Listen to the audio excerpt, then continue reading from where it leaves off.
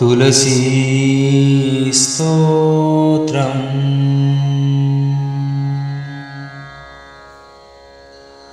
जगद्धात्री नमस्तुभ्यं विष्णस्य प्रियवल्लभे। यतो ब्रह्मादयो देवा सृष्टिस्थित्यन्तकारिणः। नमस्तुलसी कल्याणी नमो विष्णुप्रिये शुभे। नमो मोक्षप्रदे देवी नमो सम्पत्प्रदायिके। तुलसी पातु मां नित्यं सर्वबद्धोऽपि सर्वदा। कीर्तितापि स्मृता वापि पवित्रायति मानवम्।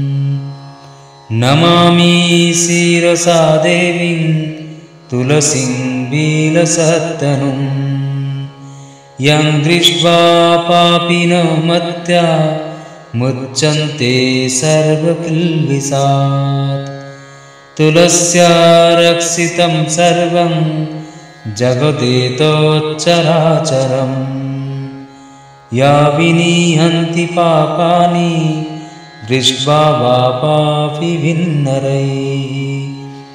नमस्तुलस्यतीतरं यस्यै बद्धाञ्जलिं कलौ।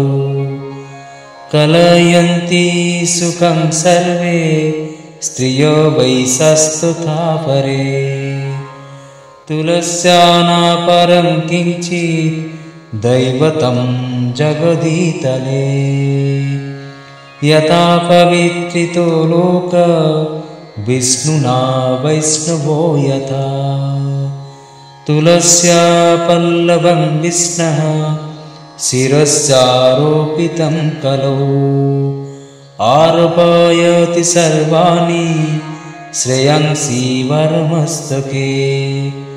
तुलस्यां सकला देवा वसन्ति सततं यथा।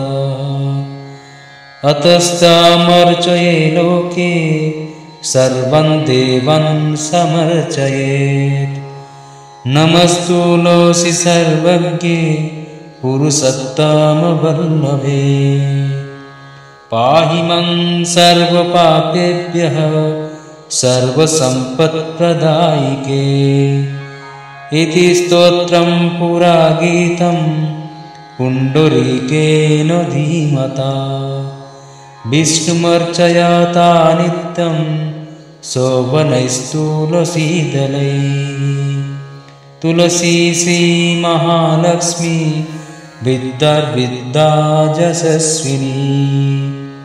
धर्माधर्मानना वृन्दा देवदेव मनप्रिया। लक्ष्मीप्रिया सखी देवी दुर्भूमिरचलाचला। षडश्वैतानि नामानि तुलस्या कीर्तयन्नरः। लभते सुतरां भक्ति मन्ते विष्णुपदं तथा। तुलसी भूर्महालक्ष्मी पद्मिनी श्रीहरिप्रिया। तुलसी श्री सखी शुभे पापहारिणि पुण्यदे। नमस्ते नारदनुते नारायण मनप्रिये। इति श्रीपुण्डरीककृतं तुलसी स्तोत्रं समाप्तम्।